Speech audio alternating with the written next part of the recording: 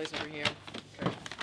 My name is Katie Wallace, and I am the co-founder of the Locker Project. When my daughter was in kindergarten, I was volunteering in her class, and the time I volunteered was reading and then into snack time, so I was surprised the first day that I was there to look around and see half a dozen of her peers with nothing to eat, and to sit there for 20 minutes and watch all their friends and classmates eat was excruciating for me. So I spoke to the teacher about it, and she said that that's normal, that's common, not just in that classroom, but it's a school-wide problem. We were able to keep a pantry inside the nurse's office so that kids could very discreetly access the food if they needed to. They wouldn't have to be embarrassed or ashamed. No one would see it. It was kept out of plain sight. And that is how the name The Locker Project came up, because what we did was the social worker at the school, the teachers, the parents, and the nurse helped compile this list of students that could use a bag of groceries going home with them every single week. So each of those names had a locker number next to them, and while they were in class, we would take the bag of groceries, go to their locker, unzip their backpack, put the bag in, zip it back up, and close their locker. And none of their friends or peers ever had to see them bringing home this bag of groceries from the school. 60. As an organization, we are very scrappy. We hustle. We do a lot of food drives where people gather supplies from us from our wish list.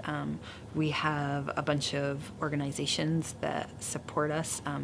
A lot of the craft beer brewers do a lot for us in Portland. We partner directly with a lot of agencies like Hannaford, Rosemont, Standard Baking, Good Shepherd, Wayside. So we have all of these relationships everywhere, and it all keeps us just barely afloat.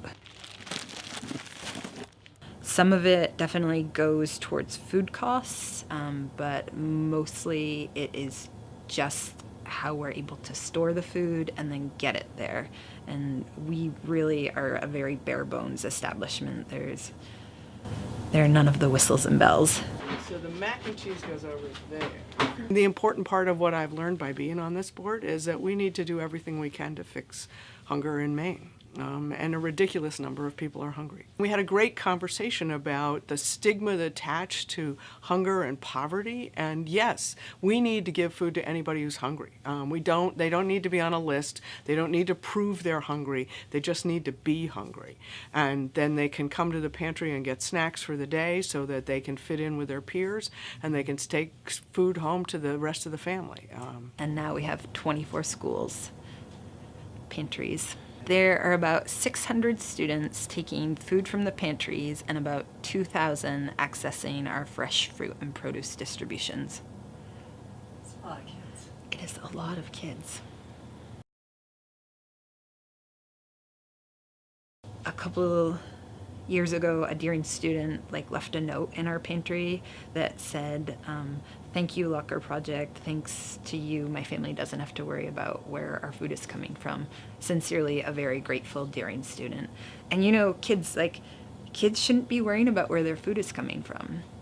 And just that note kept me going for a year. It would be remarkable if the Locker Project were chosen, because for us, we have no source of revenue other than donations. And so whether it's donations of food or donations of money, we rely on generosity of the community of the state of Maine.